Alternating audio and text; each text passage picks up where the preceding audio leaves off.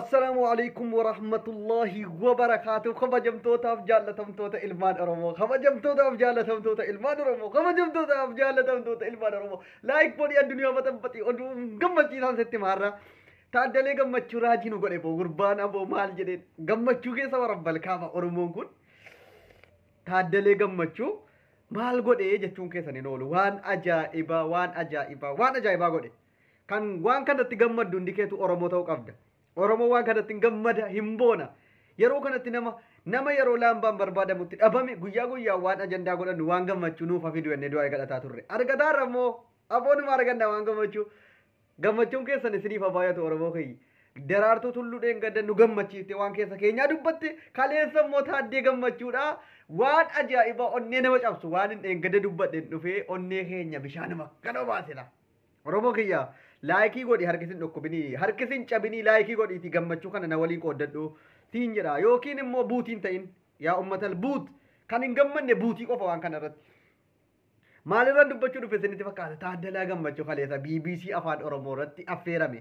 Sirbisaa gadhiifamee guyyaa sadii keessa 460 wayirra jira.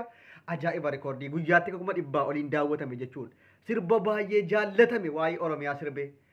Oromiyaa biyya taaddee birroo Oromiyaa biyya lemoo qilxuu Oromiyaa na Oromiyaa biyya ni Oromiyaa. Nangubadde wallahi sirbi sun onnee nu qabbaneessee naafteenyaadhaaf dhukkuba sammuuti ta'e. Dhukkuba sammuu itti ta'e bilchiginnaatti illee naafteenyaa qofa sirbi Taaddalee Gammachuu naafteenyaa hunda kurrifachiisaa jira. Gaafiif deebiin inni kaleessa godhe bilchiginnaa yaada bil'intinii yaada warra amaarotaa fudhatanii iyyaara nu kana hunda dhukkubbii sammuuti ta'e. Baqa dhukkubsiti gootan siin jedha. Warri waan kana dhaggeeffatin Taaddalaa Gammachuu maal jedhe yoo jettan ani ilma gandaatii miti jedha. Namni gaafa shawaan faarfamu arsiin keessatti of ilaaluu qaba jedhe. Gaafa jimma faarfamu arargeen keessatti of ilaaluu qaba jedhe. Sirba kan koo keessatti gootni tokko yoo waamameera ta'e Oromoon hundi goota sana keessatti of ilaaluu qaba jedhe. Tokkoffaa yeroo uummanni gandummaadhaan wal qoodee jarri Oromoo gandaan qoonnee fixna jettee yaaddu kanatti inni waa'ee gandummaa kanarraa dubbate tokko jedhe.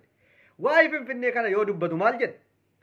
Finfinneen yookiin waa'ee Oromiyaa irraa gaafatame Oromiyaan jedhe anaaf biyya malee warra kaantuyyuu killilii yookiin kutaadha jedhee waama malee takkaa Oromiyaa akka kutaatti ilaalee hin beeku jedhe. Maaliif dhugaadha? Nu hariinuu kana jenna. Oromiyaa jechuun biyya mataatiitti.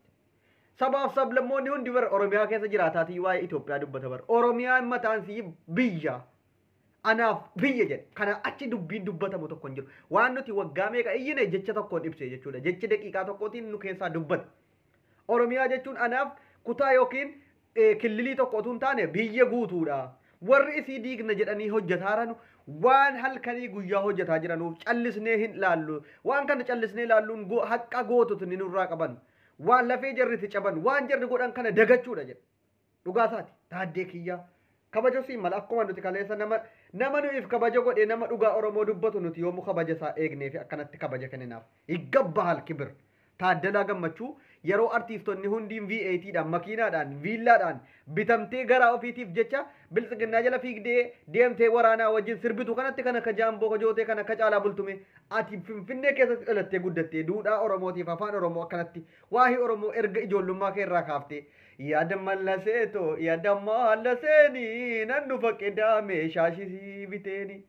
Gurraa maleeko yaa gurraa maleeni nan dhufa siyaasa yoona jaallatteeni. Asham godhiga jettee itti muddaa turte.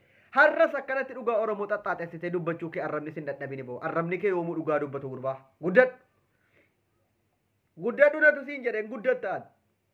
Idag warri Oromiyaa diigna jedhan immoo halkanii guyyaa hojjetaaran jedhe akkuma Haacaaluu Hundeessaa. Wanti nu barbaachisu amma Taaddaleedhaaf eegumsa jabaa barbaachisa.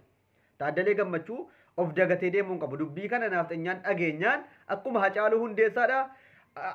Abiyyi Ahmad naafteenyaan akka inni hayyoota Oromoo keessaa tokko ajjeesuudhaaf halkanii guyyaa irratti hojjetaas jirti. Akkuma jedhe utuu hin du'iniin dur. Taaddalaa Gammachuutis naafteenyoonni gaafa waafii akkanaa inni dubbatu jarri halkanii guyyaa wanti jarri yaaddu nama Oromoo qabdu artiistii Oromoo jabaadha jedhame ija jaamsuudha waan ta'eef Taaddalaa Gammachuu kana eegumsa jabaa barbaachisa dhugaan isiniin jedhe eegumsa jabaa. Oromoon of dagachuun qabu hayyoota isaa artiistota isaa nama dhugaa isaa dubbatu eeggatu malee erga inni du'e boohuun hin qabu. Dhugaan isin jedha. Daraartuu Tulluullee isin nama of dandeessee akka barbaaddetti gaardiidhaan sochootuudha. Kansi otoo hin taane Taaddalaa Gammachuu kanaaf eegumsi jabaan godhamuu qaba. Artiistiin keenya miskiina dhugaa dubbachuuf Hacaaluu Hundeessaayyuu otoo lubbuun jiru otoo eegumsi godhamee fi har'a Hacaaluun kun hin dhabamu ture. Erga inni du'e yaadanne waan ta'eef dubbii akkana waahii Finfinneen waahii Oromiyaa guutuun biyya jedhamtu kanarratti baay'ee dhukkubbii sammuutti ta'a jechuudha warra kaanii. Bilisiginnaan amma taa'ee danda'a yoona waa irraa jechuufi waa'ee sirbaa Taaddee Gammachuu kana irraa waa jedha. Faarfamuu Oromiyaan jaallattu waan ta'eef jedhattiin. Dhugaan isin jedha.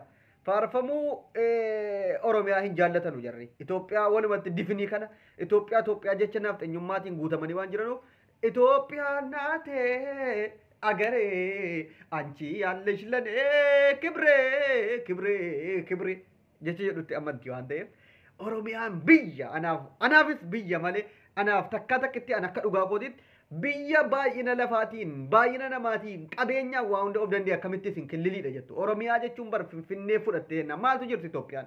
Finfinnee irraan asiin fudhu Harargee irraan asiin Wallaggaan naanna'e Amboo irraan Shawaa irraan naanna'e mee isa kam Itoophiyaan jedhamtu yoo Oromiyaan keessa hin jirre? Handhuurri biyyattii fayyaan kan nu keessa jiraataa jira bar nu keessa jiraachuu jira Itoophiyaa keessa kan jiraataa jiru warra akka maqaa moggaafate malee nuti mataan keenya yoo Itoophiyaan eenyu jedhame Oromiyaa jechuu dandeessu fayyaan Itoophiyaadha jedhamtee waamamtu Oromiyaa akka taate baruu qabdi diinnillee ormillee firrillee baruu qaba dubbii kana dubbii jajjabduu miizanii halluu kabbaad mine giggannoo ilaaluu Dr. Abdusee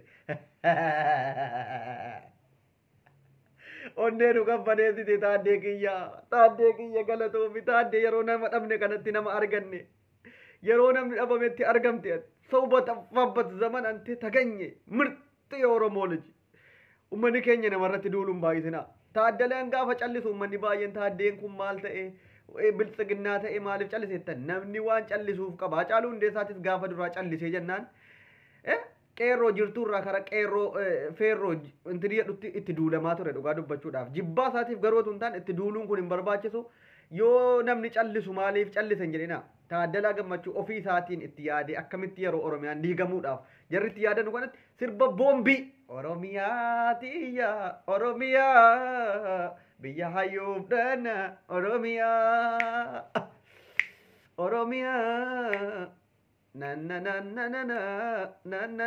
na video kana laayikii 1,000 yookiin 2,000 gootu taanaan anatu samiitti sidhe Oromoo dhugaan sin jedha gammachuuna wajjin hin ibsatu taana maal calliste teesse diqlishii kan gee diqlisheessit na al shak yaa ibn al buut nagaan isiniif baay'atu like subscribe godhaa Dr. Abduseenaan